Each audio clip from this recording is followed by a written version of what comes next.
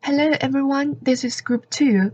Today we are going to talk about how fee-paying independent schools impact the wider educational environment, and is presented by Jinqian Ke, Gray Holland, and Shizhuo Hu. As a start, we would like you to have a thought about what a school is, why we go to school. There is a definition provided on the slide. Basically, a school provides an environment for teachers to teach and students to learn. In modern societies, schools are mainly divided into two categories depending on how they receive their fundings. One is state-funded school, which is generally called public schools, and the other is private-funded schools. The aim of this presentation is to discuss the phenomenon and changing in positive and negative views on the educational development within UK by two types of schools with different sources and scales of funding. We also compare the development shape and impact of the educational institutions from different political and economics background, using UK and China as representatives for capitalist country and socialist country. Now my team member Gray will introduce you about private schools in UK, and Jinqian will give you a guide about the fact in China. In case study 1, I am going to discuss independent fee-paying schools in the UK. Independent schools in the UK are not required to follow the national curriculum and therefore offer non-standard provision for their students. Furthermore, their funding comes from tuition fees, donations, and other forms of income, which allow them to resource themselves differently to schools under the government's control. Due to this, they are largely better resourced than state schools, with a lower pupil-to-staff ratio, which allows for more individual support and focus than standard.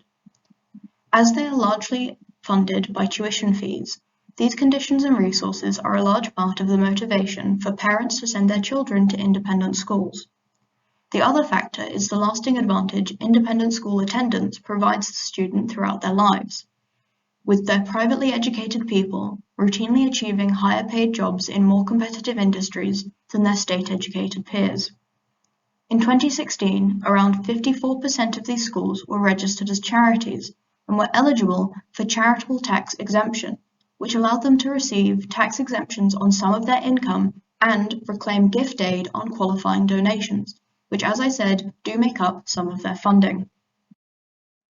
The effect of these schools on the local and national education environment is undeniable. Their extra funding allows them to employ the best teachers in their area, directly disadvantaging their state competitors.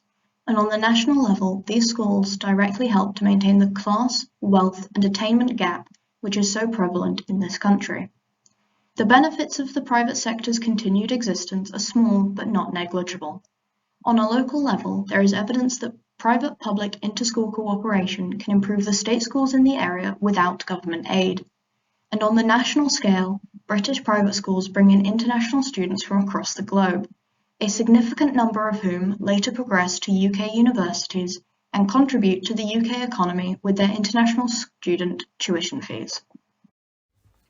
There are two main categories of private internet school in China.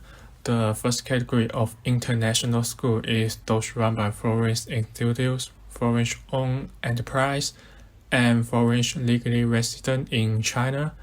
Most of these international schools are not for profit in nature, and they only enroll foreign students.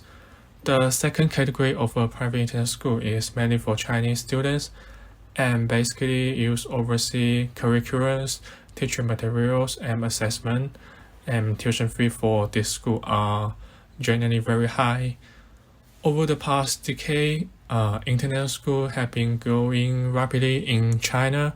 Society in general is placing increased emphasis on education, and competition for educational resource is intense.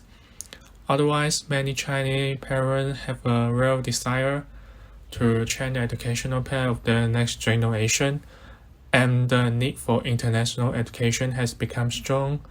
As a result, a variety of international schools are beginning to take root in Chinese cities. And the overall number of international schools in China is growing every year. There have totally 648 international schools in 2020.